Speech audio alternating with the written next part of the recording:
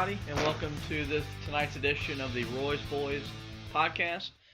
Fresh off the game against Tennessee Tech, a 108-58 win for the North Carolina Tar Heels. Going to take tonight, or the moment right now, to welcome in the co-host as always, Anthony Pagnotta. Buddy, how's it going? Pretty good, man. We won by 50, and I don't know. I am if I'm going to imitate the fan base on Twitter, we should be enraged. Because apparently, according to some fans, this team sucks. Yeah, it was a 50-point blowout win, and this team is terrible. Yeah, Twitter is always, interesting in Tar Heel land. Saw many a fan tonight saying we got to get better before we play better competition. And, I look at the stats. As you mentioned, a 50-point win, the largest win since we beat State by 51 in Chapel Hill during the 2017 National Championship season. And tonight's a good one. Quote-unquote lackluster performance, if you would say. Carolina shot 55% from the floor. Had 54 rebounds. Oh. Had 29 assists, 8 blocks. I know the fans are going to look at they were only 5 of 23 from deep. I'm not going to overreact because that's going to happen during a long season. You're going to have an off night. Luckily that happened against, a lower tier opponent, but when you out-rebound your opponent by 30, and you force 22 turnovers, I'm not going to nitpick and say this team had a bad night.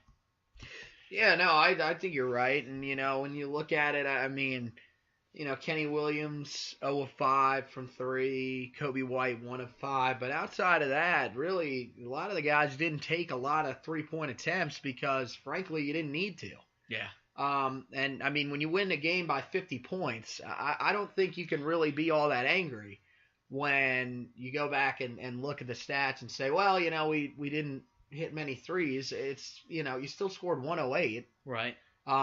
Remember, the last few years, this team has had trouble getting to the biscuit mark. That has been more of a rare occurrence. This year, no, it's a lot different. This is the third time we've reached the 100-point mark? It's the second. Second. Okay, I'm trying to think of what other game I must have been thinking of that we were close. Well, we got to 90 against Stanford, so that's a pretty good sign. I think that was maybe the one that I was the biscuit watch. Yeah. But yeah, no, I don't know. Nobody really went nuts on the stat sheet, but at the same time, nobody was really on the floor for extended periods of time because this was one of those games. Yeah. Playing Tennessee Tech, this is kind of what you expect. But yeah, no, it's like you said. I wouldn't be all that worried. Our guy that, our best three-point shooter in Cameron Johnson was 1 of 3 from 3. He didn't take a whole bunch of shots. It's not like we shot, I don't even know what the percentage would be on 5 of 23 because I'm stupid and don't know how to do math. If you rounded up 22%. It would be different if, we took, well in the mid 30s in those types of shots and we're missing that many. Yeah, no, that's something that to me they'll have ironed out by the time they play a more significant opponent. Yeah, if there was one thing where I would come out and be, we weren't as great at, I still think we had those times defensively where we just had lapses. Backdoor cuts, for some reason, have killed this team early in the year, and that's just a lack of paying attention and really, guarding your man. But there were times that coming out of a timeout, even when the game was, maybe already double digits, so out of hand, Roy's pressing out of a timeout, which we normally don't see him press. Very rare at all from him. And I think it's just something to get his team to work on some things, to try some new things, to try to help this team get better defensively. Any thoughts on the defense tonight after the coach was pretty mad after Monday's performance? Rightfully so. We sat there and watched the second half, and we were kind of saying the same things that Roy was saying. We're getting beat on the glass. Guys just kind of, I think we're content with what was happening, and I think that's one of the things that Roy definitely tries to avoid because, he's been a part of teams that, have allowed comebacks. It's very rare for teams to complete the comeback. But you got to also think, he was part of a comeback in a Final Four game. We were down 40-10 to Kansas back in 2008, came all the way back. So seeing that you can do that to someone, that's always going to be in a coach's mind that, hey, we got to be ready to go. You're up 26 at halftime, and you were playing great. Come out in the second half, and you're now getting out rebounded by a team that, frankly, isn't all that big inside in Stanford. I think that was where the frustration lied. And they got it ironed out. I listened to the pregame with Jones and Dave Nathan, and they were Jones was interviewing Roy, and Roy said, I think we've got it worked out. We had a tough week of practice, but I think these guys are ready to go. I think when you look at it, they like you said, they had a couple of backdoor cuts that they let up, and I think that's one of the things that they've been struggling a little bit on. I don't know if that's really just switching off of these screens or what exactly is going on. I think that's probably part of it, and they'll figure that out as it goes along, especially when they start playing teams that are going to do a lot more of that action to try to get their baskets. I think at that point, you'll kind of trial by fire. These guys will learn. Right. So, I think one of the other things that I'm looking at, 21 of 26 from the foul line tonight, pretty good. Yeah, pretty good. Gotta like that. Luke May bouncing back 3 of 3. That's one of the other things that we talked about was, they need to make their free throws. You get to the line for a reason. It's time to finish these shots, and they did a great job. There's not really, to me, I don't understand why you would be freaking out about a game like this. This should be neither a freak out in neither direction. You shouldn't be saying, oh, well, this defines our season. We're a national title contender. It's Tennessee Tech. This team is garbage. For anybody that doesn't realize, this team is terrible. They're 0-4. Now they're missing a lot of pieces. I was listening to the pregame, and they said that they had 3 guys that had torn ACLs. There are entire football teams that don't even have 3 guys with torn ACLs. And you got a basketball team with 3 guys with the same exact injury. And then there's a few other guys also that are out injured for them. So it's not entirely their fault. But at the same time, look, you shouldn't be overly happy, and you shouldn't be saying, well, we won by 50, but this team looked like trash. Yeah. No, I'm sorry, man. They look good. Yeah, some bright spots in a game, like you said, with Cam Johnson, only scoring 10. Mm-hmm. Kenny only scoring 10. Seventh Woods kind of had his best game in a Carolina uniform. 7 points, 8 assists, hit a 3-pointer for the first time in over a year. The second one of his entire career, I believe. Yeah. And then Sterling Manley, a guy that, I'm a big believer in. If he can get the energy and the effort, I think he could be a really good player. And early, the first 3 games just wasn't consistent when he was on the court. Kind of too soft with the basketball. Came out tonight with 13 points on 6 of 8 shooting. So in a game like this, like you said, where you can't take a whole lot away, it's big for guys like Seventh Woods and Sterling Manley, who are going to be a big part of this rotation come ACC time, having good nights. I thought, looking at Manley, I liked what I saw from him. Being on the floor for 17 minutes, he got some extended playing time, and that'll be interesting to see, because he should get the same sort of role against St. Francis. I'll be interested to see how he handles it, because this could be a guy that, you don't know when you're going to have to count on Sterling Manley. But you would think at some point in his career, he's going to be counted on to hold a little bit of a bigger role. So it's good to see him playing well. I like the efficiency. The one thing that scares me yet again tonight, 4 personal fouls. He's got to get a little more disciplined inside, but I feel like that's an Isaiah Hicks type thing as well. I was just about to go there. It's just, it takes a little bit of time with him, and I think he'll find a way. And then, apparently we ordered a side of leeks for this game. 7 points, 3 rebounds. Just a guy that is showing his all-around game. And, the thing that I like about him, he's able to get out on the fast break a couple of times with Kobe White. So it shows that, I mean, Roy, again, I hate to keep turning back to the pregame show that I was listening to. This is the third time I've mentioned it already. But, Roy said the thing with Kobe is he's moving really fast. And Roy said there's sometimes you'll see him just running past people in the open floor, and the guys are just jogging back. He's like, I feel, and then he made a joke that he feels that his teams are just getting slower as the years go along. But, to see a guy like Leaky get out on the fast break and run with his fellow freshmen, I think that's good. You like to see these guys that are wanting to push the floor a little bit. And people say, well, when it comes later in the year, some of these teams, we're not going to want to try and speed up. You show me a team that we don't want to try and speed up, because I'll call you a liar. That's when our offense is at its best. Right. So seeing a guy that's young like that get out in the open floor and do that is fantastic. There is one other thing that I want to mention, but I'll see if you pick up on it. We do have this telepathic connection apparently.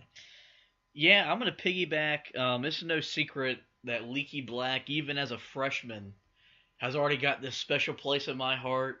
You've got a framed picture next to your bed, no lie, that you do. I mean, you look at it every night and are just like, man, that's my guy. Yeah, I mean, there's just something about him. I think he's got the good name. I love, Kobe White at times looks like a freshman. Nazir Little at times looks like a freshman. Tonight was the first time that I saw Leaky look like a freshman trying to make a bad pass across the court, and I just blamed somebody else because I didn't want to attack him for a bad play. Early candidate to be like my favorite guy on the team very, very soon after some of these guys are gone. It's game 4, people. But another bright spot, or I guess not a bright spot, a fun moment. Seeing KJ. Baby Jet every time. Baby Jet dunk every time. He took it. I tweeted after after he dunked, I was like, okay, Roy's probably gonna tell him that's not how we do things here, because we all know what Seventh did as a freshman against Northern Iowa, kind of derailed his freshman campaign outside of the injuries. But I know for me as a fan, like those guys, there's gonna come a time in the season where they're not gonna see the court. So, and he looks like a guy in the upper court that can actually play a little bit. He's not just... Yeah. So, but yeah, is there anything else we want to add from tonight's 50-point win over Tennessee Tech? Another guy that saw some late minutes that I thought looked good for the time that he was out there, Brandon Huffman. 4 points, 4 rebounds in just 4 minutes of play. Yeah. So came in, looked pretty effective. For me, it kind of sucks to see him out of the role, because last year early on we saw some good moments from him, and now he just kind of seems to be that blue squad guy. So it kind of sucks, but good to see him step up when he's gotten the opportunity. So I think that's it. Oh, Walker Miller with him scoring points tonight. Every single Tar Heel has scored at least 1 point so far this season, and we're only 4 games in. Yeah, so that's nice. That's a good sign. All right, we're going to switch gears and move to Monday's game. This is going to be a more packed pod for those of you listening, as we're going to preview Monday's game against St. Francis. And then because of the short week at work and the holiday with Thanksgiving, we're going to go ahead and preview Carolina's action in Las Vegas in the Las Vegas Invitational. So Monday's game against St. Francis is again at home against in the Smith Center. It's a part of the Las Vegas Invitational with the on-campus portion, and the Red Flash come in with with a little bit of, I guess, expectation. Yeah, I mean, this is a team that many writers picked to win the Northeast Conference. They returned 92% of its scoring and 89% of its rebounding. Jamal King, who led the conference in scoring with over 18 points a game, is back. I know you got some stats pulled up about the Red Flash, and they're actually playing UCLA tonight and part of the Las Vegas Invitational. So tell the fans about the Red Flashes. You're becoming our stat guy for the podcast. Yes, I have claimed the Stat Geek portion of this podcast. Yeah, Jamal King having a pretty good season so far. Played in both games, 17.5 points per game so far, shooting 40% from the field. But more importantly, shooting 36.4% from deep. Now, it's only in 2 games, but that's still a pretty good percentage, so always got to keep an eye on that. But their leading scorer right now is Keith Braxton, so far in 2 games averaging 19 points a game, 11 rebounds per game, 2.5 assists, 2 steals per game. So, I mean, I mean, you look at it, 2.5. Now he does have 2.5 assists per game and 2.5 turnovers per game. So even in that area, but again, it's still early in the year. They've had a couple of guys though that have stepped up. I think it's going to be interesting. Hopefully we'll get this podcast out pretty quickly to you guys. And I don't know when they play. I think it's 11. I think it's 11 o'clock when they tip off against UCLA. Yeah. If you guys get a chance to, just watch them. Just check them out. I think they're probably a team that when you saw them on the schedule, you probably said to yourself, okay, this team is not going to be that good. Their only loss so far this year is to a very good Buffalo team that went into Morgantown and beat West Virginia. And they only lost by 15. And then They beat Morgan State, which I don't really know how good Morgan State is. I don't know a lot about them. But I mean, that team's 1-1. And you got to imagine that, these guys that are in this tournament, like Tennessee Tech, there's a couple other ones that I believe Texas is going to play. These are the teams that nobody's expecting them to win a game. So they're pretty much just passed around as the teams to be down on before you go out to Vegas. You never really know. Some of these guys will come in a little bit impassioned. So, you can't take them lightly. But with that being said, we definitely are the better team that will be on the court on Monday night. Yeah, I think this game is kind of the Wofford, except it's going to be in the Smith Center, where they have 2 guys that can score, that can play. Now, they're maybe not ACC caliber kind of guys. Like, Cameron Jackson for Wofford could probably play for any ACC team. He's good, And man. Fletcher McGee, anyone would want that guy's shooting ability. I mean, he's apparently a National Player of the Year candidate, according to ESPN. So, yes. So I think for St. Francis, even though this is a team that is a tournament, has tournament aspirations, outside of their conference tournament, this might be the only time they're on television. So these guys are going to get to play in the Smith Center. And so that, they get to play in an historic venue. They'll be fired up to play. And look, I don't want to be that guy. Carolina's lost home to Belmont. I think this team's a lot better than that team that lost at home to Belmont, but this is college basketball where you can't predict anything. So I think Carolina, of course, Roy Williams will have them ready to play. And just hopefully the players will overlook the opponent. One thing we didn't mention in the Tennessee Tech recap was the Kenny Williams injury. He kind of fell hard. But Roy said he was okay. And as far as he knows, he expects to play Monday. He's easily our best defender. So hopefully he can be able to go and match up with some of these guys from St. Francis. Is there anything else we want to touch on from the Red Flash? I think we're pretty good. The one thing that I would just reiterate is, if you're still kind of overlooking this team, you can't really. What am I looking for here? You can't. You can't really put enough emphasis on the fact that these guys are picked to win this division in the preseason. No, in most people's preseason predictions. Now, you can say whatever you want about preseason predictions. With college basketball, it is hard to project. But with these smaller conferences, typically you're going to trust a lot of these guys. And if there's a good group of writers saying, this is probably the team out of this conference, I wouldn't take them too lightly. That's all I'm going to say. Right. So, I think other than that, not really much more we can say about them.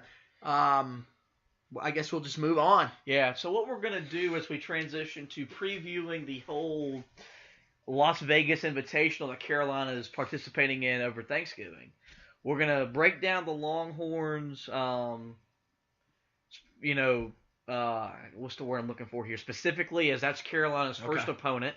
Yep. And then we're just going to fill you in. The average, the average watcher of college basketball is going to know about Michigan State and is going to know about UCLA. But for those of you who maybe don't know a whole lot about both teams, we'll fill you in on how they've started, how their teams are looking, and who Carolina could play, whether they lose against Texas or they beat Texas.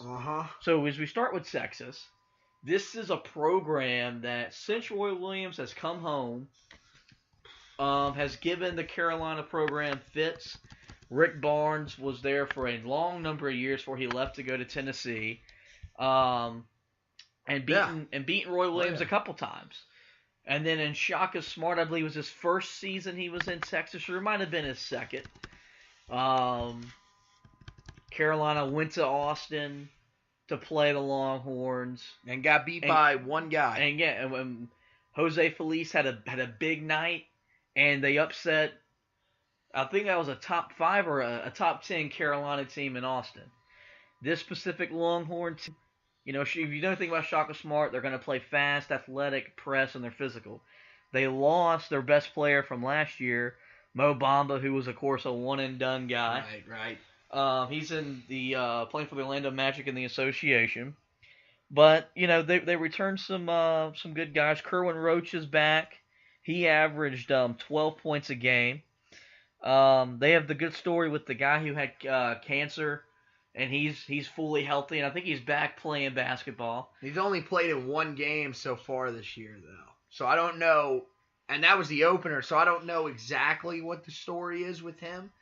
But I mean, if he's out there, I don't know. That doesn't seem like if he plays, that's one of the he'll have career games. Yeah, just I mean, the emotion of playing in a pretty big Thanksgiving Day weekend tournament. Mm-hmm. You're playing against Carolina, who's a blue blood. Right. Yeah. So it has all the makings for that feel-good story. And look, I'll root for the guy. He can go off and get 30, 35, or whatever. As long as Carolina outscores Texas, I'll be okay with his individual performance, There you go.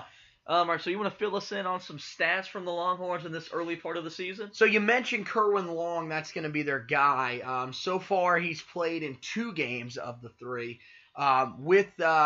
So far, he's played 38 minutes a game. So he's on the floor pretty much the whole way. 15 points per game. Also a guy that can rebound the basketball, 7.5 rebounds as well. Not shooting great, 36% so far this year. Only 29% from deep. But the thing about this team is, man, they got so many different guys that can do it.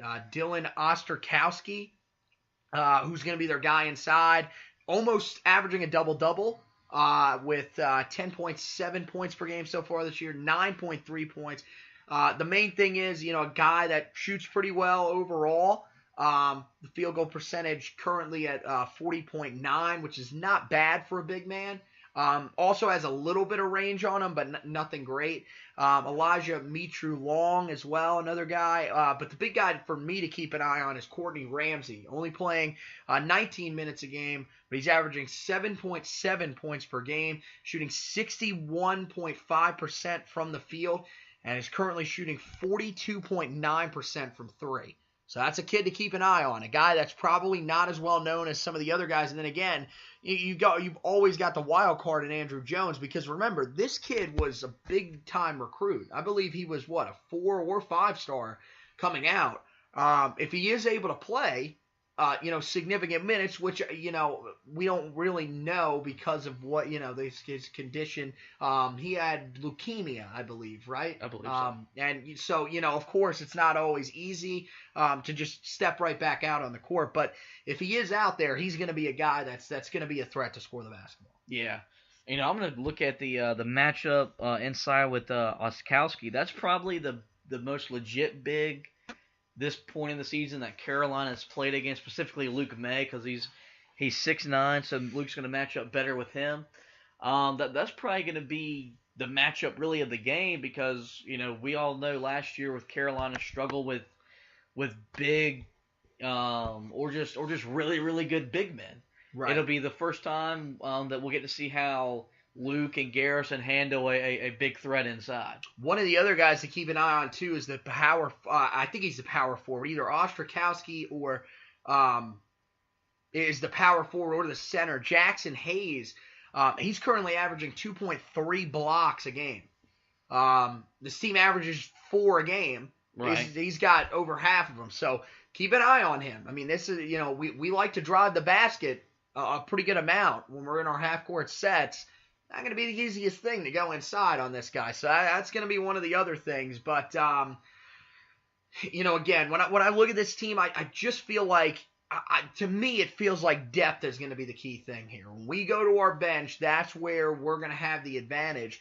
Whereas in past years, there were sometimes questions about that. I think it's a lot different this year for this Carolina team, and that's where I think in this game we're going to hold a little bit of an advantage against the Longhorns. Yeah, and especially, they'll be playing back-to-backs, and I know they're young kids, but they're going to be on a different time zone. Their body's going to be a little weird.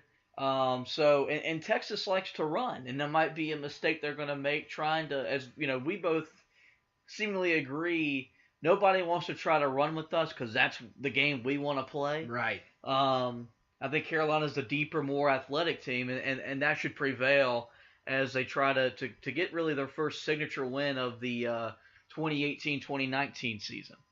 Yeah, and I mean, and when you look at Texas, I mean, this is another thing with them. They're very up and down. A team that has beaten Arkansas, which is a pretty good win. Mm-hmm. Killed the Citadel tonight, 97-69. But they've had 2 close games with Eastern Illinois and Louisiana Monroe.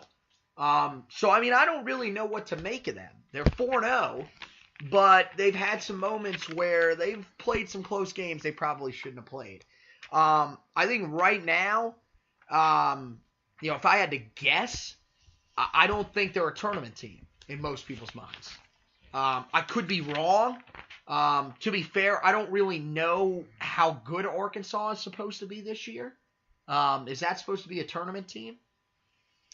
It depends on what you think of the SEC. Some people think it could be a really deep conference. I have a very different opinion of that conference. So, and look, it's November, Right. And it's so hard to project, even in the off season. Unless you're a blue blood or you just literally return a lot of veteran players, it's hard to pinpoint in this sport. Well, this is a tournament team because you just never know what's going to happen. This is, in my opinion, the most unpredictable sport we have in North America. So right. But the game against Arkansas, I watched a little bit. Arkansas handed in the game, just stupid decisions late.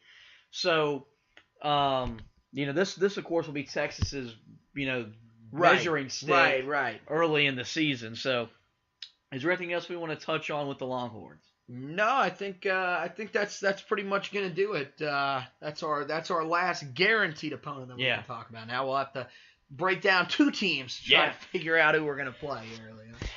So in the other game out in Las Vegas, you're going to have Tom Izzo's Michigan State team playing against a very banged-up UCLA team. So 2, the nation's better programs battling.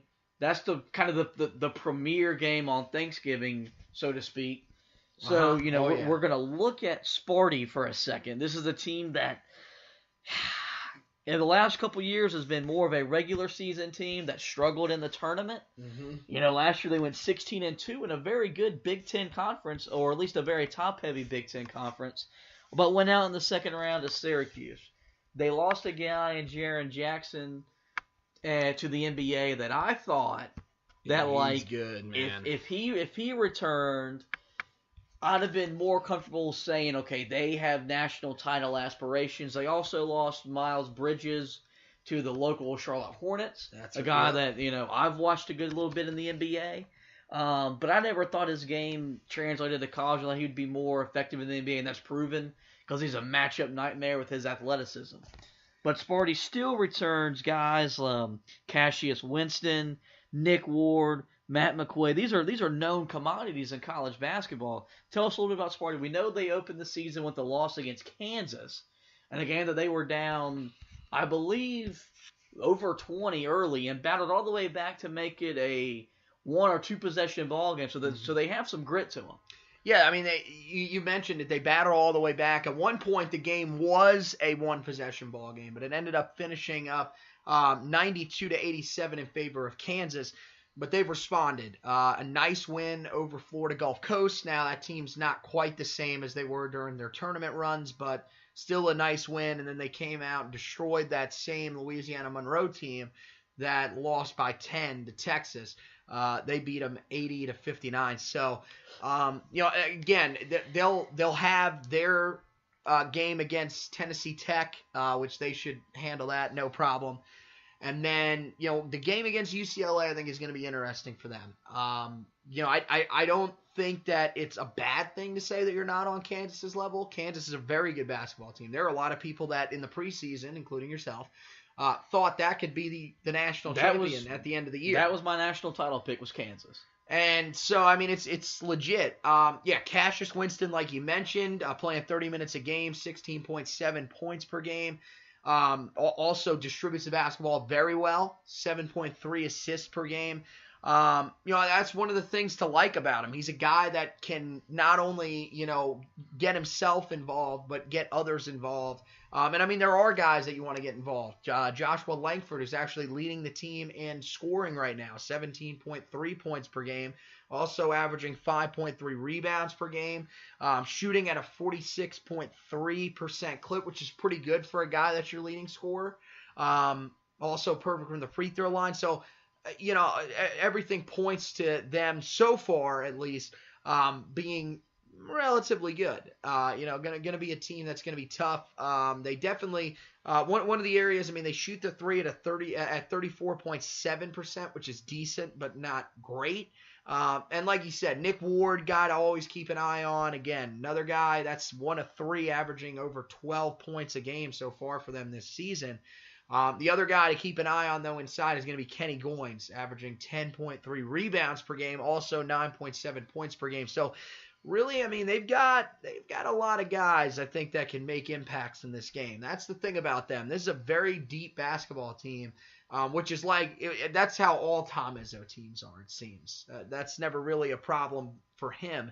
And, you can't take this team lightly. They were ranked in the top 10 in the preseason for a reason. Right. And I feel like, Winston and Langford are guys that can take over games.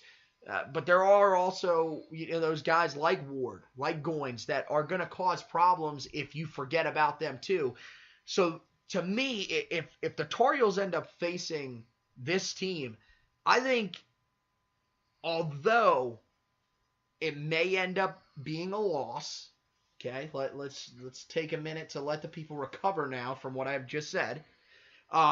This would be the team that I think would help them the most in the long run, playing this team. Right. Because this is a team that really, I think, they're at full strength, and this is a team that you could end up seeing down the road in the tournament, or at least teams very similar to that. I was about to say that. I think for me, as the selfish basketball junkie that I am, I want to play Michigan State. You have 2 Hall of Famers on the sidelines. Right. This was a team that flat out embarrassed Carolina last year in Portland, a part of the Phil Knight tournament.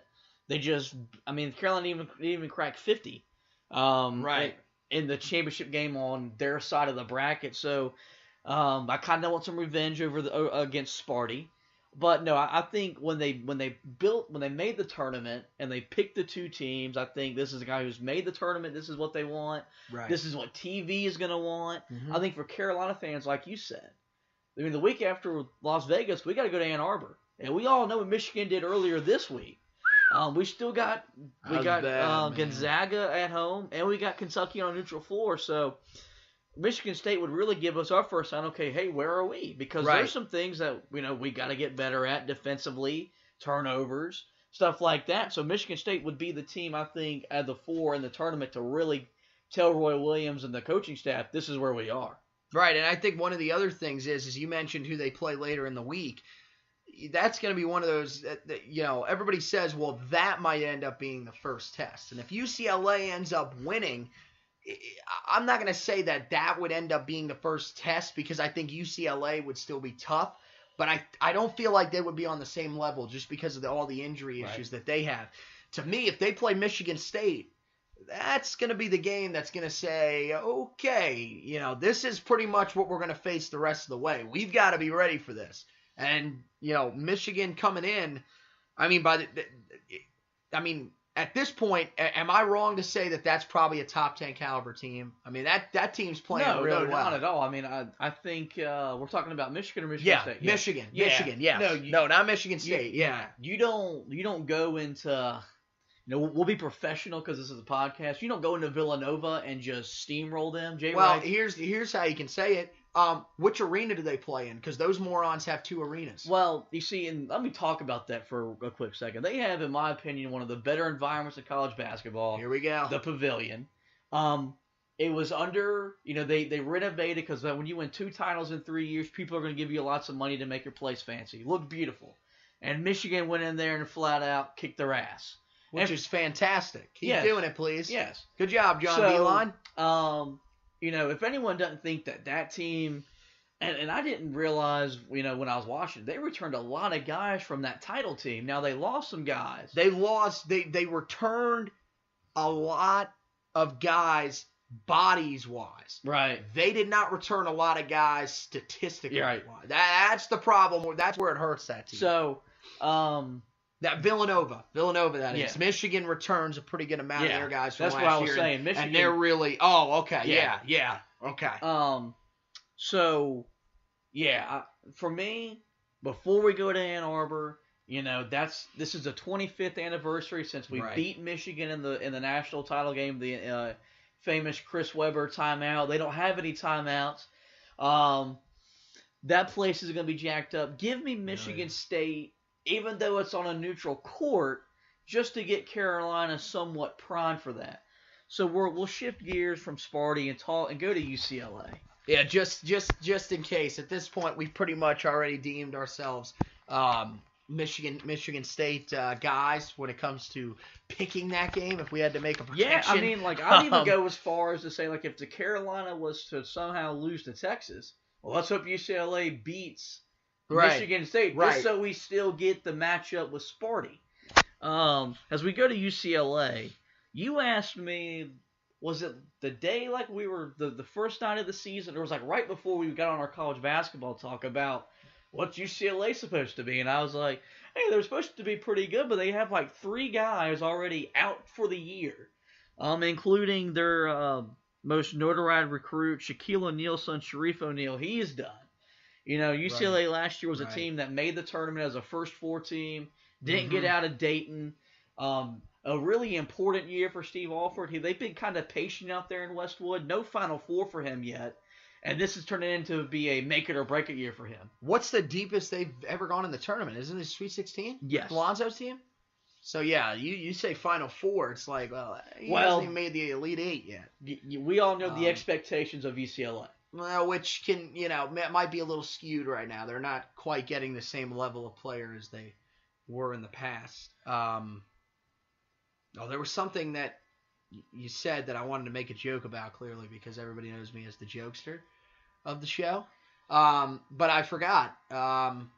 It was something about UCLA. They're a whole joke of a program at this point, it seems. But wow, they have been. This is bad pod. This is bad pod. Give the fans and enlighten me on some statistical notes about the Bruins. Okay. Well, after I just laid into them, when you look at their scoring wise, it's going to be Chris Wilkes, who currently is averaging 22 points a game. Again, they've only played in 2 games, so watching tonight might give us a little more information on this team. 7 rebounds, guy that's only shooting 28% from deep, though.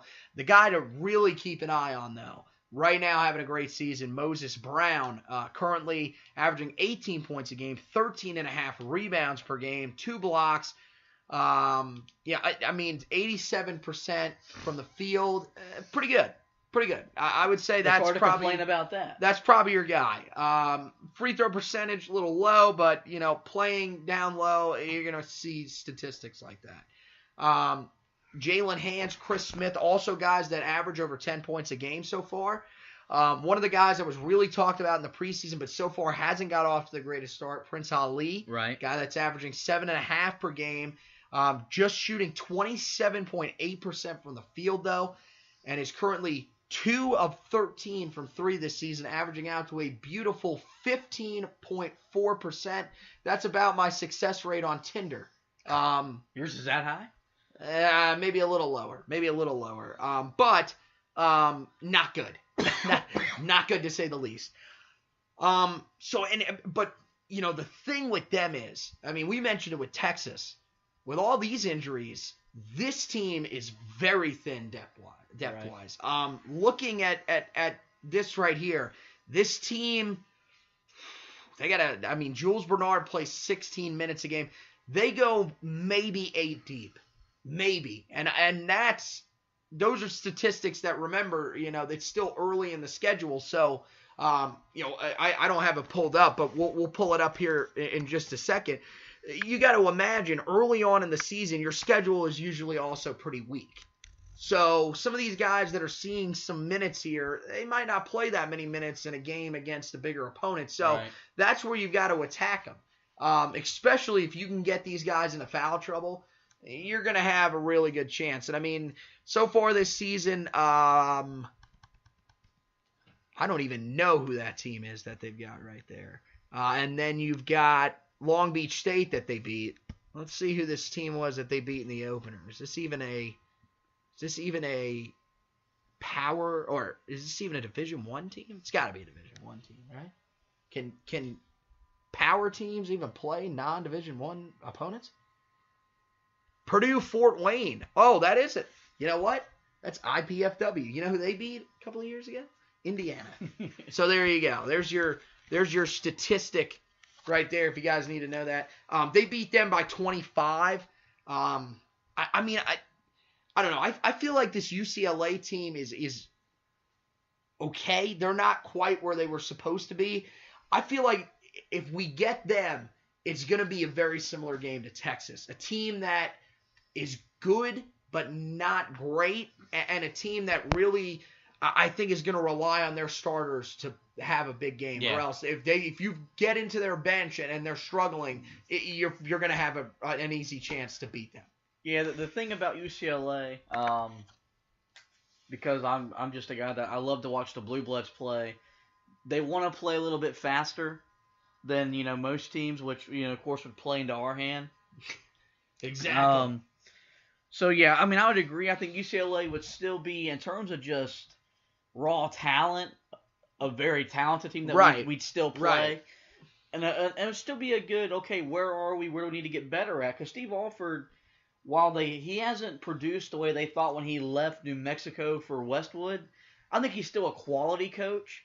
And so I wouldn't be disappointed if we played UCLA. I mean, of course, we spent, for like an hour just praying for a matchup with Sparty, but, UCLA is still a team that is, with all the injuries, probably going to make the tournament, going to contend to win the Pac-12, and would still be a good matchup for Carolina. Yeah, I mean, you're right about that. First of all, Steve Alford is a good coach. I don't care what anybody says about that.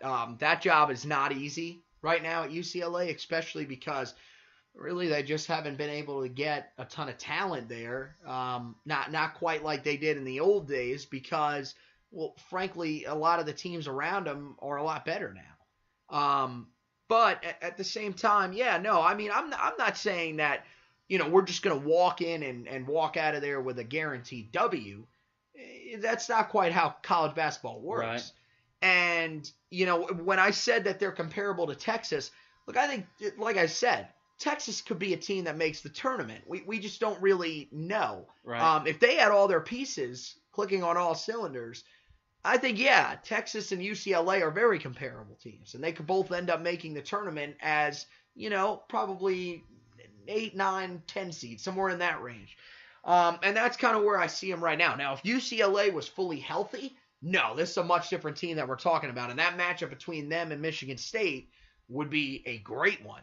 But unfortunately, they're not at that same level. So, yeah, if I had to take out of the two, interestingly enough, we want the tougher opponent to try to strengthen our guys. So, yeah, I want to see Michigan State in the final in Vegas. But, either way, one of the other things that'll help them in their game against Michigan State, you got to think, they're probably going to have the strongest fan base out there. Right. Because it's in Vegas. Exactly. It's close for them. Well, close. I say close, and it's like a 7-hour drive. Exactly. But still, Okay. So what we're gonna do, what we've been doing to start is pick a winner and pick a guy.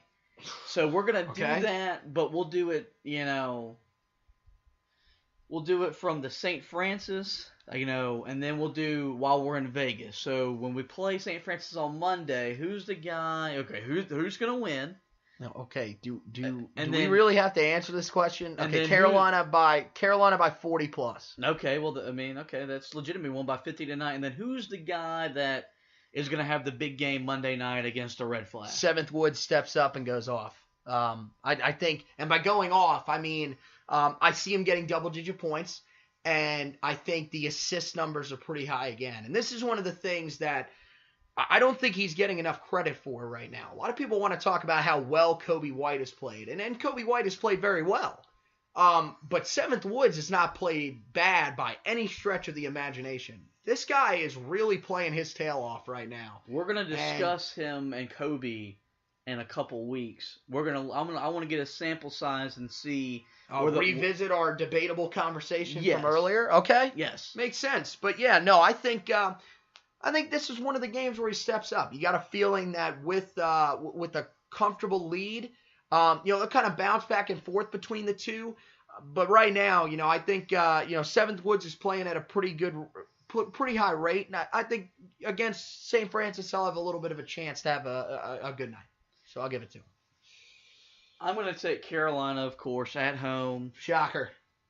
You're stunning the fans, man. Yeah, I mean, upset alert. I think the guy that when, you and I are talking after the game and I go to write the recap, I'm probably going to go with Luke May because I think maybe he's going to You're out there with these takes, trying to get juiced up for the weekend in Vegas. And he's had just a very quiet start. Not a bad thing. He's just, letting other guys do his thing. But I think... is he not leading the team in scoring after Cameron Johnson? Probably. I think he's second on the team. And it's probably like 14, 15 a game. Right. So he's having a good year.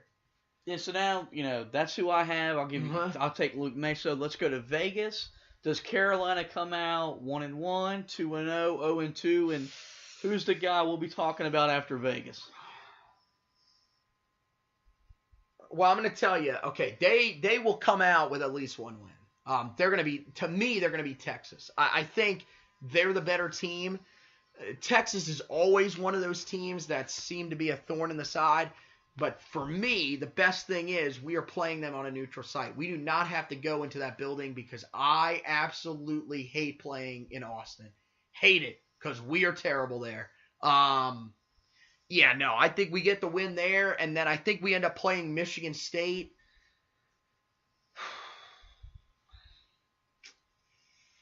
You know what? The way they've been playing so far, I think we go 2-0. It's not going to be easy. I think that game's going to be really close. And I could see us trailing for a good portion of that game against a team that is somewhat experienced. But I'd still take us. I think we go 2-0. I think there's definitely let me just say this. I don't think Roy's going to be coming out of the press conference saying, "Yeah, we played great." I think he's going to say we got some things to work on when we get back to Chapel Hill to get ready for Michigan. But I think we come away 2-0. I think we come away 2-0. I'm going to take Carolina to do the same. I think they'll win both games. I think they'll play Michigan State on Friday. Right. I think the guy that's gonna have a good tournament. I didn't get my guy. That's all right. I'm gonna take Cam Johnson. Shooting always travels. Dude, you're pulling up from Steph range with Yeah, these choices. I know. I mean, just My gosh. bold takes. My gosh. But I also think, when we recap the action, I write the recap from the games. We're gonna have a better understanding of where Carolina is, Right. where we gotta get better. Whether it's Yeah. still defending, maybe we struggle rebounding against teams that have some maybe legitimate more athletes inside. I'll be interested to see when they play Michigan State, the rebounding, because we saw it a little bit in that second half, like we mentioned, against Stanford. Let's see if that's just that half because we took our foot off the gas just a little bit, or if we really do, still have some of those concerns against some of these bigger teams. That'll be interesting. All right, so my guy in Vegas, I made fun of you for going bold. You know what? This one's gonna tick some people off. I'm gonna go with Nazir Little. Have a nice tournament. I think he steps up. Who on the big stage? Nazir Little. Who was that? Yeah, right. Oh no, yeah, no. I mean, it's not like he's gonna be drafted or anything, right? Oh yeah, no, only top 5. Oh, that's okay. Ahead of Zion. Oh Jesus. Are we really gonna do this? Yeah, I mean, this could be a good time for him to really showcase his talents. I don't know how much he reads into all the crap that's being talked about the 3 freshmen at 8 miles down the road from his campus, but game's going to be on Fox. Top teams in the country, top talent. This could be a good turn for him to actually show the basketball world, hey, this is what I can do. Yeah, I mean, look, I don't think he reads a lot about them, but it's. If anybody's like, well, he probably doesn't see anything at all on him. I mean, unless the dude is blind or not on social media. Right, it's impossible. Which he is on social media, and I'm pretty sure he's not blind. Yeah, no, you can't miss any of these things. Plus, they're always on SportsCenter. So you're not going to miss it. So for me, yeah, no, I feel like it might be motivational for him. And yeah, against two pretty sizable teams. In a tournament that a lot of people will be watching, like you said, yeah, I think he comes out and has a really good tournament off the bench. Now, again, that's off the bench, so let's say if he goes there and averages 15 or 16 points, that's pretty good. Right. Well, we'll give it to him. I mean, nobody is expecting our player of the tournament to average 20 to 30 points a game unless you're just crazy. That's not quite how college basketball works these days. Right. Unless you're Duke at this point. Yeah. But they'll come back to earth, so don't worry about that. But yeah, no, I expect a good tournament overall, though. I'm excited to see what this team does when they're faced with one of their tougher tests. I mean, Stanford was the toughest test that we've seen so far this year, and to put that into perspective of how they're going to compare to Texas or UCLA and Michigan State, that's a team that's barely seen as making the NIT as compared to 3 teams that could very well make the NCAA. Right. Okay, so we're going to switch gears from Las Vegas and the preview, and we'll actually talk a little brief about recruiting. Earlier this week was an early signing day period for college basketball. Right. 2 commits. Jeremiah Francis has been a long-time commit to the program.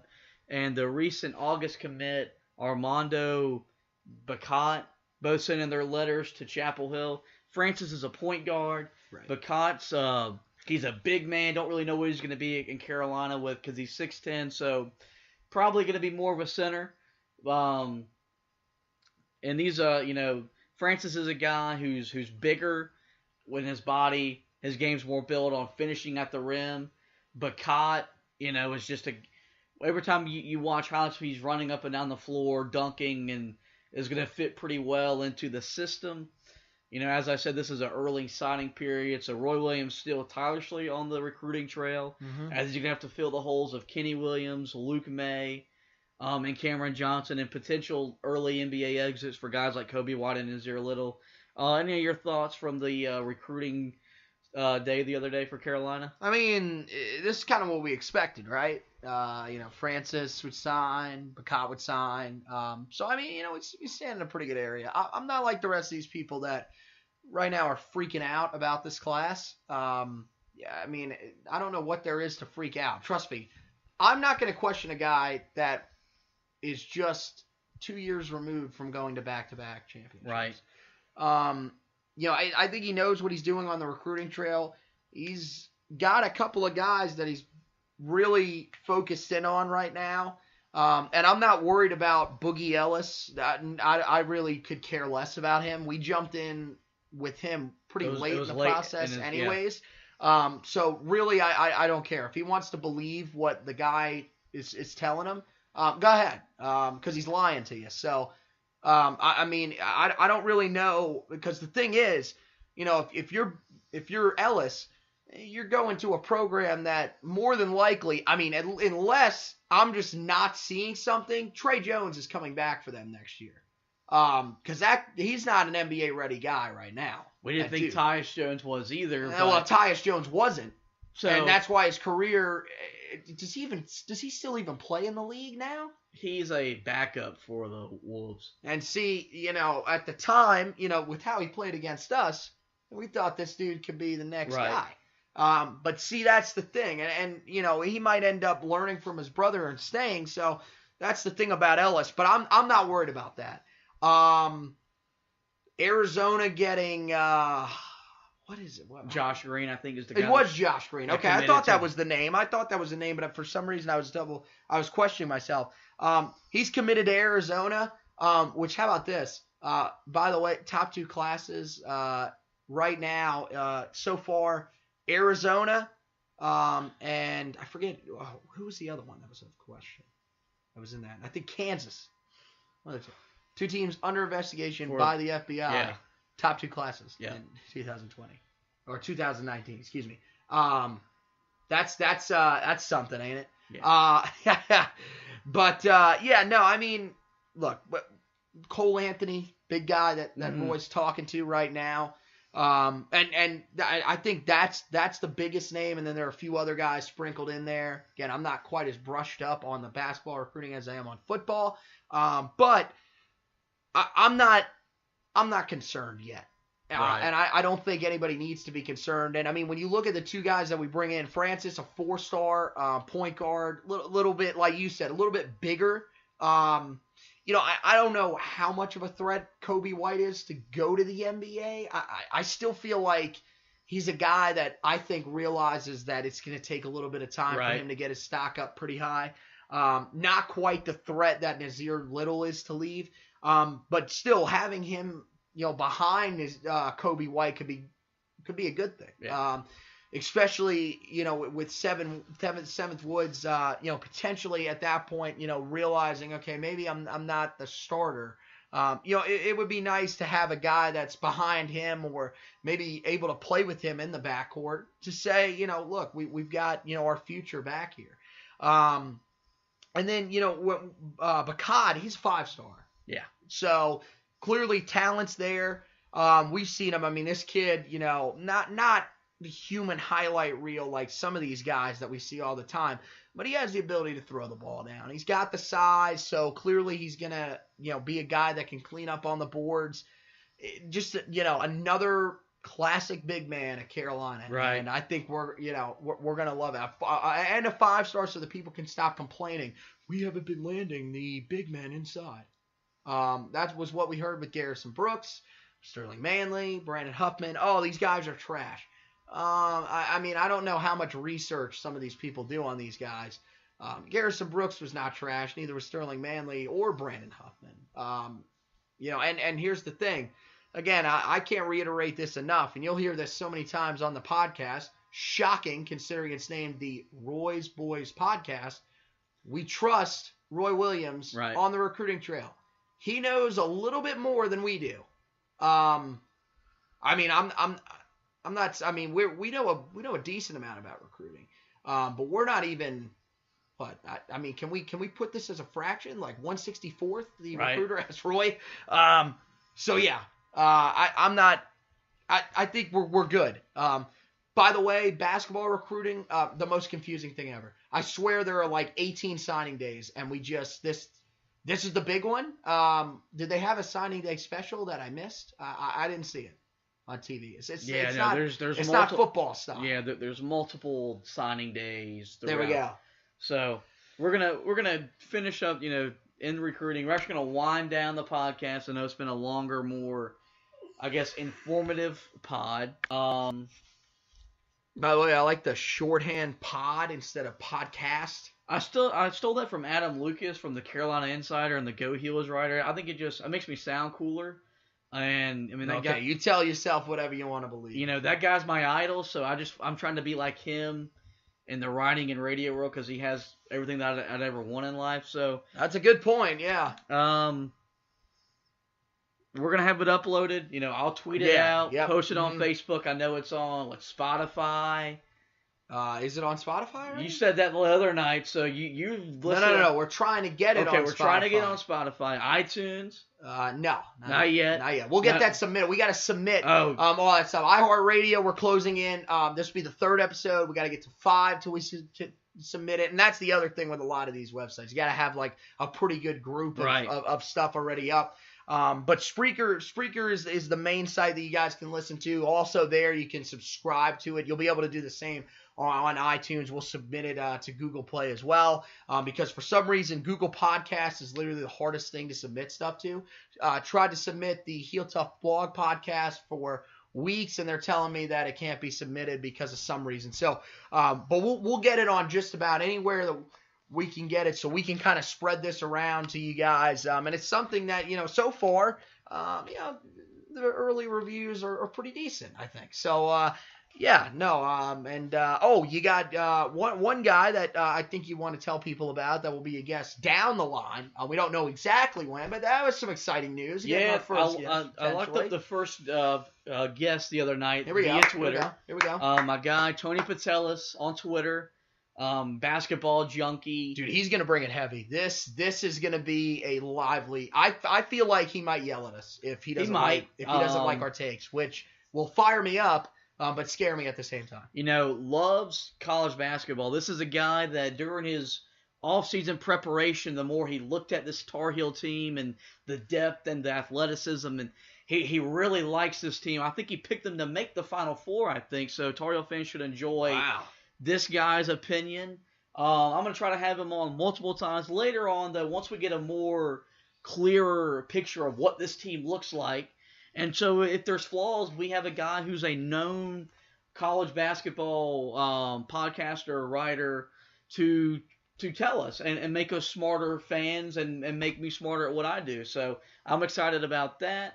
And, of course, I'll try to get on some other guests as the season goes along. If you want to hit us up on Twitter to talk about anything, mine is Joshua Marlowe 5. His is at Future Tar Heel, and my picture is Mitch Trubisky dressed as Mike Ditka. It's a beautiful picture. Yeah. Is there anything else we need to get said in this pod before we shut it down? I don't think so. I think we're good. Any Tar Heel fans going out there to Vegas, enjoy yourself. Be smart. Don't be safe. Don't blow too much money. Out there, gamble smartly, and of course cheer on the Tar Heels. Should be a good environment as well for our guys. Right. I think especially if it ends up being a Texas-Michigan State slate, we should have 2 very good environments that will lean our direction. Right. So that's the good news. I'd like to thank my buddy Anthony for joining me again. Had another fun night watching the game and then talking about the game. Hope you guys give this a listen. Go Tar Heels.